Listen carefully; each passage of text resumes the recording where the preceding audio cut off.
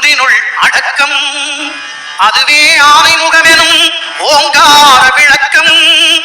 சுழலும் கோள்கள் அவன் சொல் கேட்கும். அவனை தொழுதால் போதும் நல்லதே நடக்கும். ஆனைமுகனை தொழுதால் நவக்கிரகங்களும் மகிழும்.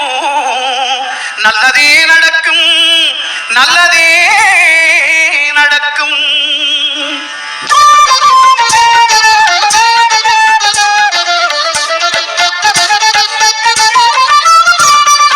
ஒன்பது கோளும் ஒன்றாய் காண அங்கு கற்பகம் என்னும் கடவுளின் மெய்யில். ஒன்பது கோளும் ஒன்றாய் காண அங்கு கற்பகம் என்னும் கடவுளின் மெய்யில்.